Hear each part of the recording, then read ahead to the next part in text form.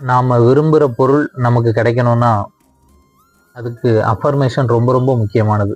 அந்த அஃபர்மேஷனை சொல்கிறதுக்கு ஒரு மெத்தடை ஜோசப் மர்பி சொல்கிறார். The power of your subconscious மைண்டுங்கிற ஒரு புக் இருக்கு இல்லையா, அதில் அஃபர்மேஷனை சொல்கிறதுக்கு கூட ஒரு ஐடியா சொல்கிறாங்க. என்னென்னா, அதை ஒரு போயம் மாதிரி, ஒரு பாட்டு மாதிரி எழுதி வச்சுட்டு அதை டெய்லி ஒரு 5 மினிட்ஸ் ஒரு சாங்காக மாற்றிடணுங்கிறாரு.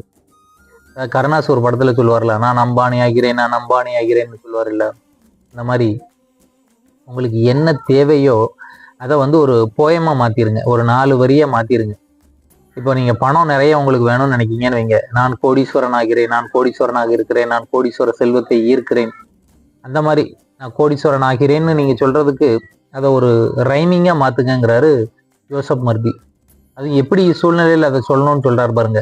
அவர் வந்து 3 ஸ்டெப் மேஜிக்னு சொல்கிறாரு. அது என்னன்னா, உங்களுக்கு ஒன்று வந்து நீங்கள் வந்து ஒரு அமைதியான மனநிலையில் இருக்கணுங்கிறாரு.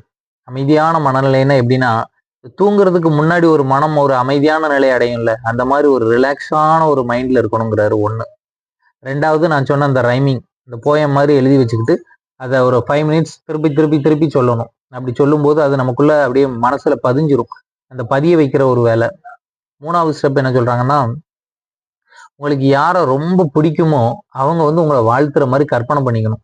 ஏய், நீ நினைச்சதை சாதிச்சிட்டடா, நீ இப்படி ஆகணும்னு நினைச்ச மாதிரியே செஞ்சிட்டியடான்னு கற்பனையில அவங்க உங்க முன்னாடி நின்று உங்களை பார்த்து சொல்ற மாதிரி கற்பனை பண்ணிக்கணும். இந்த மாதிரி பண்ணீங்கன்னா உங்க ஆள் மனது அதை உங்களுக்கு நீங்க என்ன தேவையோ அந்த இலக்கை அடைய வைக்கும்னு ஜோசப் மர்பி அந்த புக்ல தெளிவா சொல்லியிருக்காங்க.